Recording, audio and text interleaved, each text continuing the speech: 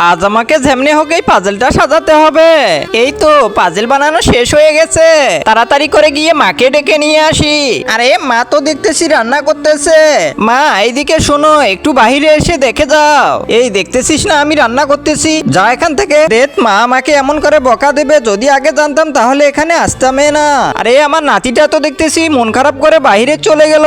গিয়ে দেখি তো এই পাজেলটা রেখে এখন আর কি করব, এখন এই পাজেলটা ভেঙে ফেলবো।